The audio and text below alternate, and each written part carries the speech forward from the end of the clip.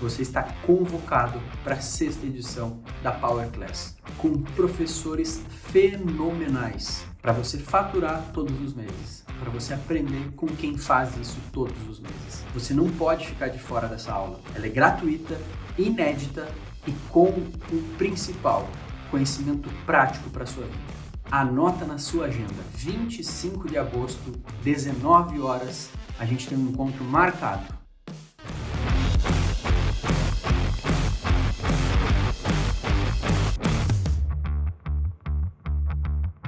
Olá pessoal, sou Josiane Mafra, estou aqui mais uma vez para a aula Pocket do corretor conteúdo do IBREP. Bem, vamos falar sobre documentação imobiliária, aquelas dúvidas mais recorrentes sobre esse assunto.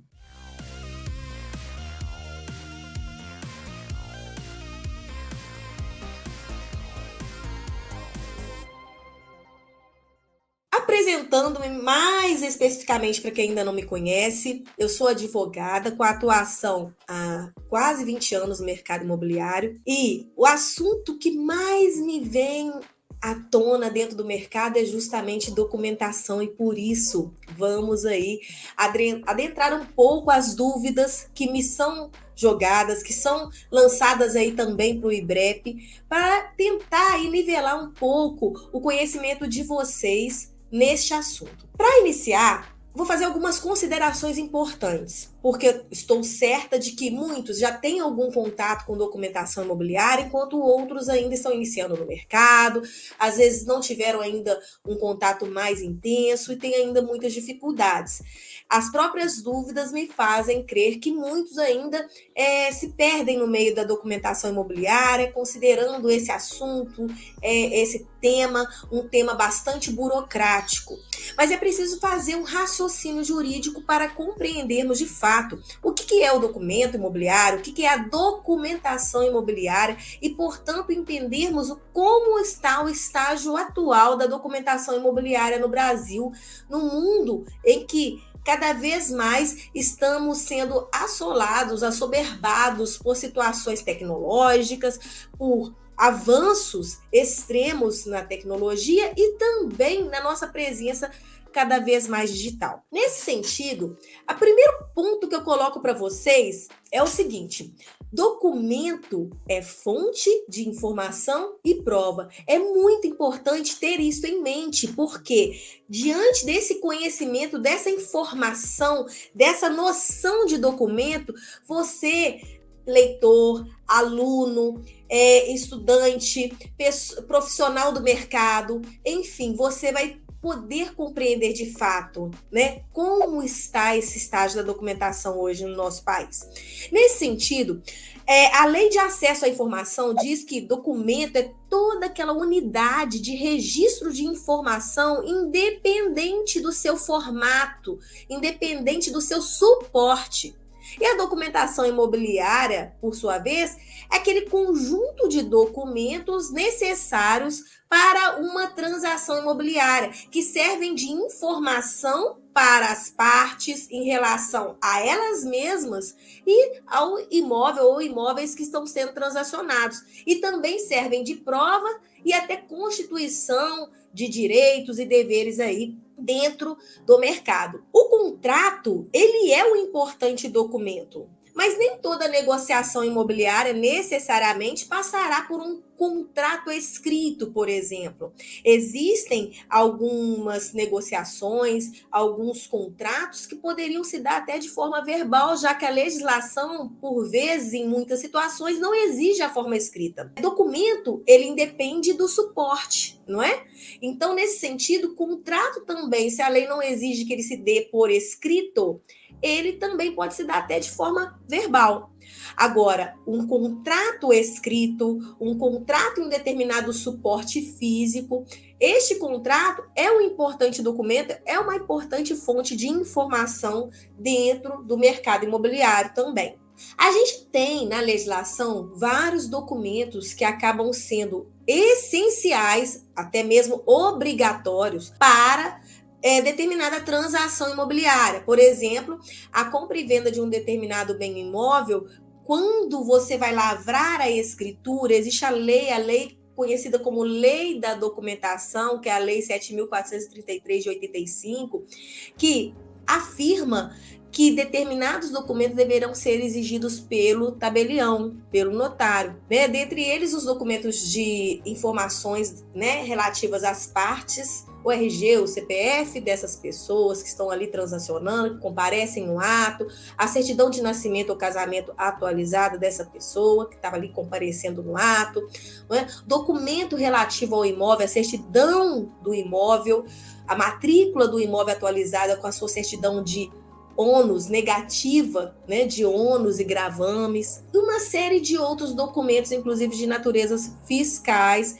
que são ali exigidos no ato. São documentos essenciais segundo a lei. No entanto, cada transação pode exigir determinados documentos e certidões que serão ali requeridos pelas partes a outras partes ali que comparecem também no ato, para uma segurança naquela transação. Voltamos aqui a essa informação que eu dei inicialmente para vocês. Documento é fonte de informação e prova. É preciso que vocês estejam sempre atentos à legislação, à doutrina, à jurisprudência.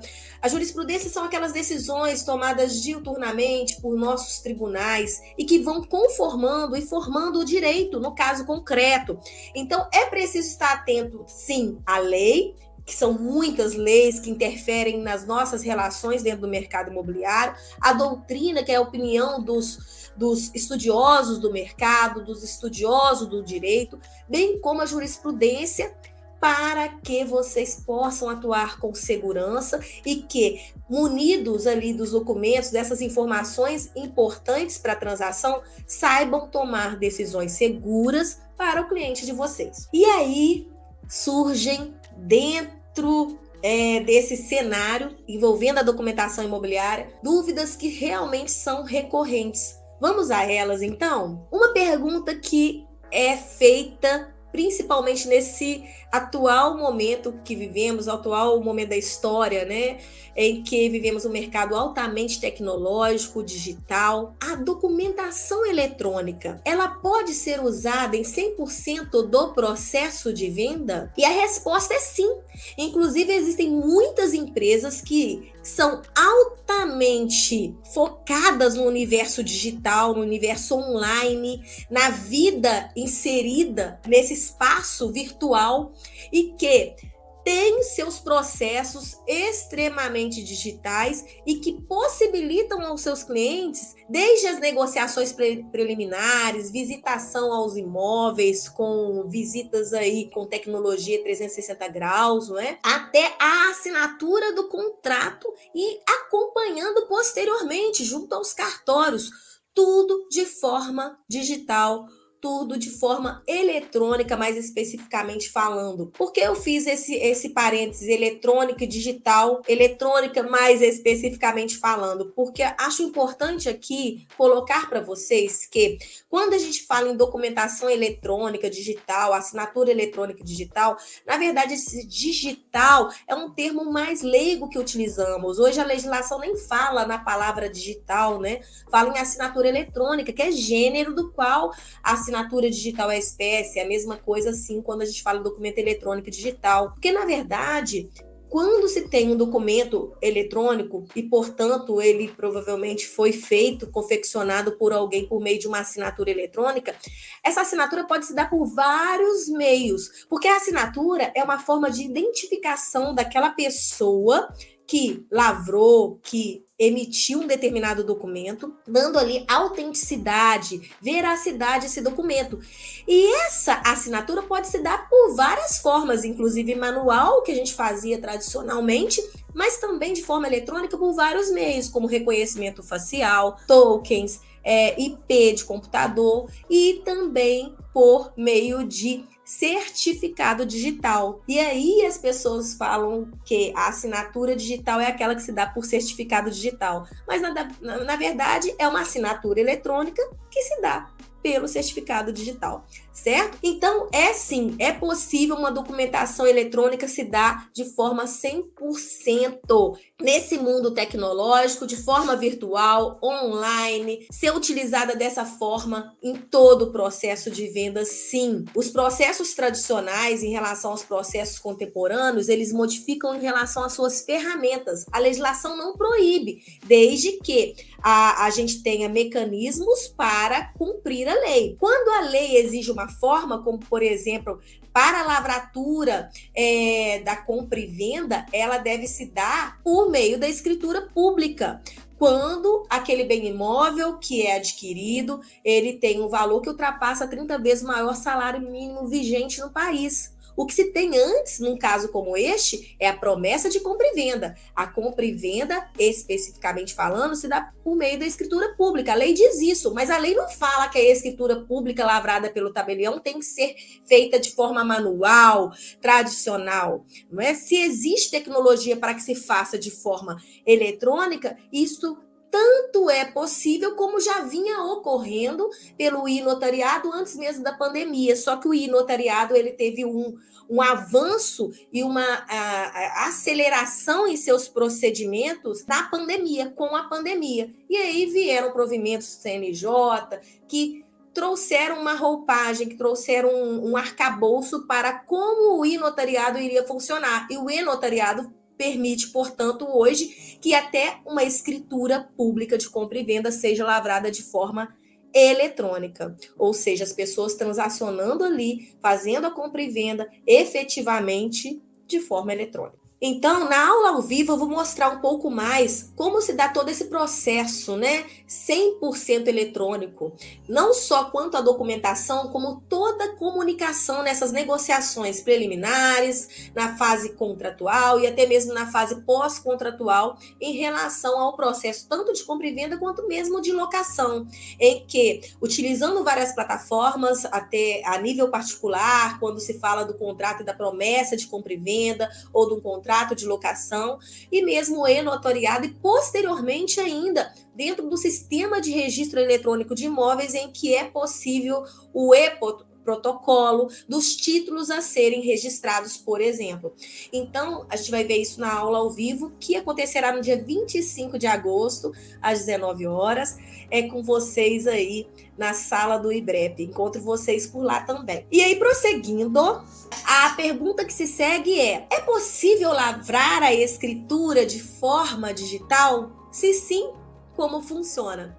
E aí a gente entra especificamente no que eu já vinha falando quando dizia que o processo é possível, o processo de compra e venda se dá de forma 100% digital. É possível sim, através do e-notariado, como vimos. E como funciona então o e-notariado? Afinal de contas, algumas pessoas já possuem o seu certificado digital, né? Que é o certificado digital que se dá pelo ICP Brasil, que é o Instituto de Chaves Públicas do Brasil. Esse certificado é a nossa identidade digital junto ao governo federal, inclusive, já que ele é emitido dentro de uma estrutura ligada à Casa Civil da Presidência da República, né? E aí, naquele momento que na pandemia houve realmente uma aceleração, né, na criação do e-notariado, que já vinha sendo criado, já vinha sendo até utilizado por alguns tabeliães, mas muitos tinham receio ainda de utilizar, não sabiam como fazê-lo perante ao público em geral e até dentro da sua estrutura. Surge o provimento 100 do CNJ, que traz alguns parâmetros.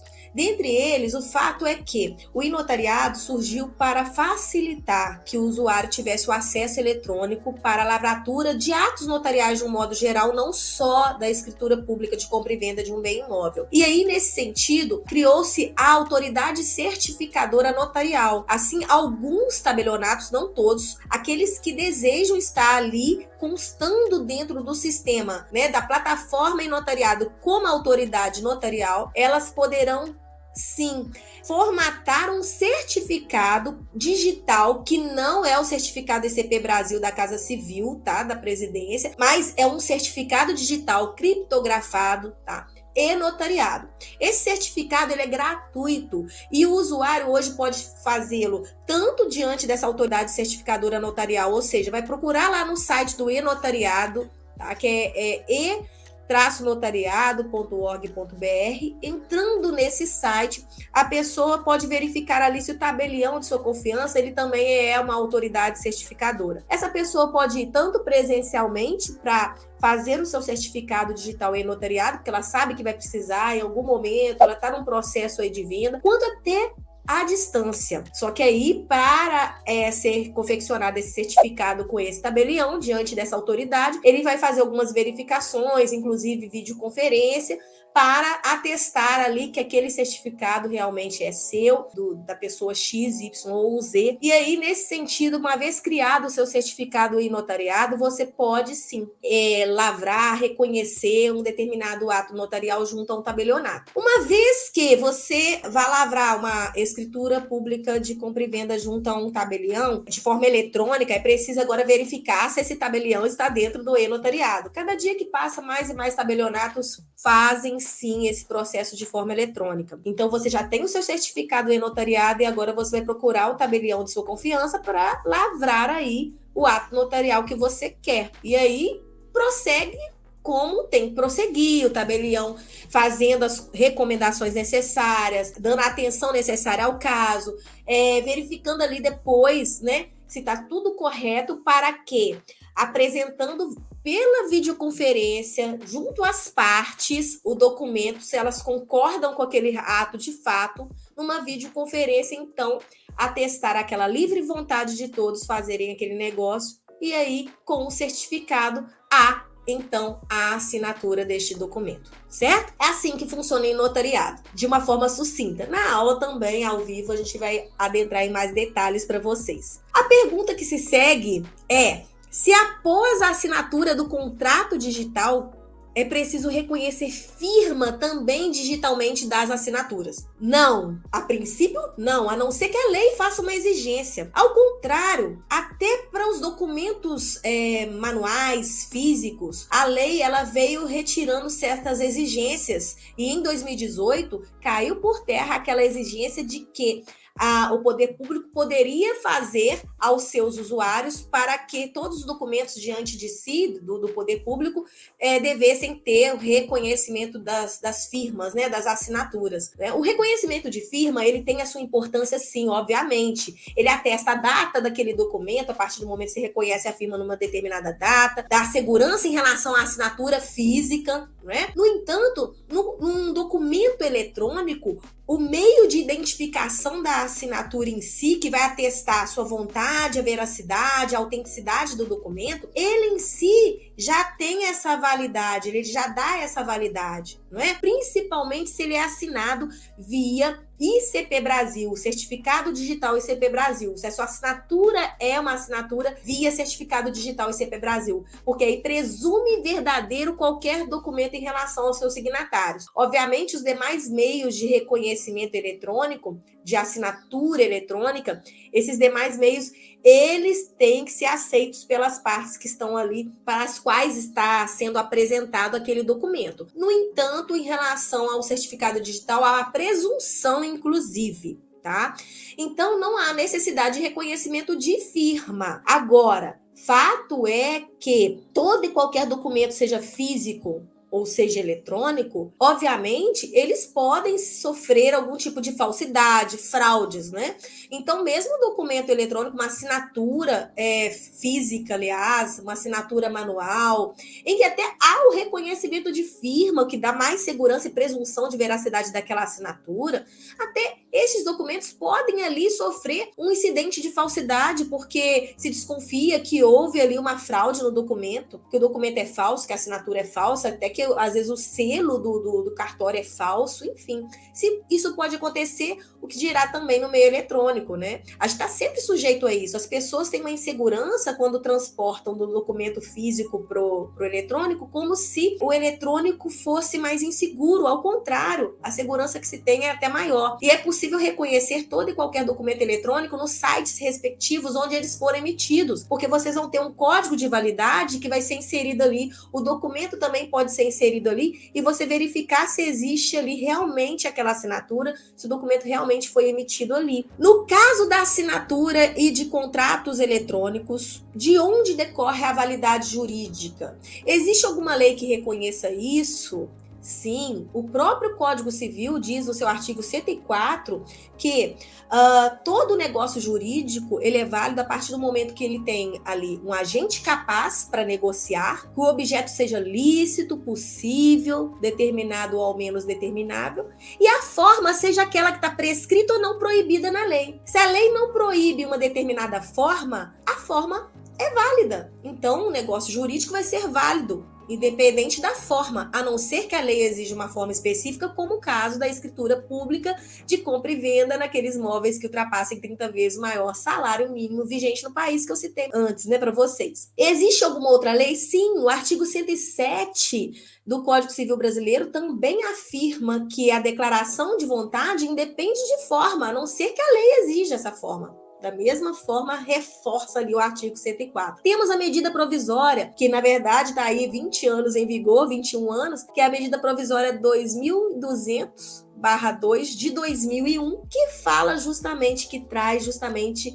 sobre esse tema, sobre documentos eletrônicos, documentos digitais, como muitos gostam de dizer, assinatura eletrônica de um modo geral. Então, a gente tem aí um arcabouço que vem só tornando-se robusto, né, ao longo do tempo. A exemplo da recente lei 14.063 de 2020, que inclusive classificou as assinaturas eletrônicas em simples, avançadas e qualificadas, sendo as qualificadas justamente aquelas que se dão pelo certificado digital ICP Brasil. E como eu afirmei, a validade da declaração de vontade não dependerá de forma especial, senão quando a lei expressamente a exigir. Certo? E por fim, em relação a essas perguntas de hoje, existe essa pergunta aqui que traz a seguinte, né, questão. Estou comprando um terreno, o vendedor possui assinatura digital e vai enviar um e-mail com contrato de compra e venda assinado digitalmente por ele. Eu, como comprador, preciso reconhecer firma? Imprimo e levo para reconhecer a minha firma no contrato? A assinatura digital do vendedor fica válida na impressão? Quanto ao reconhecimento de firma, acredito que esse assunto está superado aqui. No entanto, em relação à impressão, o vendedor vai assinar eletronicamente, eu vou imprimir e assinar manualmente? Não procede. Esse tipo de questão não deveria nem ser levantada por nenhuma das partes jamais. Por quê? Porque um contrato, uma vez escrito, manual, ele é o contrato original. Qualquer PDF, né, digitalização, a princípio, ela é cópia. Assim como o contrário, um contrato feito de forma eletrônica, uma vez impresso, ele vai ser cópia. O documento eletrônico que você tem como certificar que é verdadeiro, que tem códigos ali criptografados, ele é que é o documento verídico. Então, como a outra parte não vai assinar eletronicamente esse documento? Não tem jeito, ela vai estar assinando uma cópia se ela imprimir. Então, ou as duas partes assinam de forma eletrônica, e temos facilidades para isso hoje, como vimos, ou as duas partes assinam de forma manual, certo? Bem, gente, as dúvidas elas não param, tá? É importante vocês entenderem que hoje a gente tem o certificado digital ICP Brasil, realmente muitos não o adquirem porque tem um custo, mas para quem quiser saber como obter, basta ir no site do IIT, que é ligado à Casa Civil, que é o Instituto, né, de Tecnologia de Informação ligado ao governo, que tem toda uma estrutura ali com autoridades certificadoras e registradoras para atender os cidadãos que queiram aí emitir seu certificado digital e ter aí uma assinatura eletrônica qualificada. Ela vai além, né, das assinaturas eletrônicas feitas por outros meios. Enfim, desejo um sucesso a todos. Aguardo vocês na aula ao vivo do dia 25, às 19 horas. Estamos juntos aí sempre. Um grande abraço.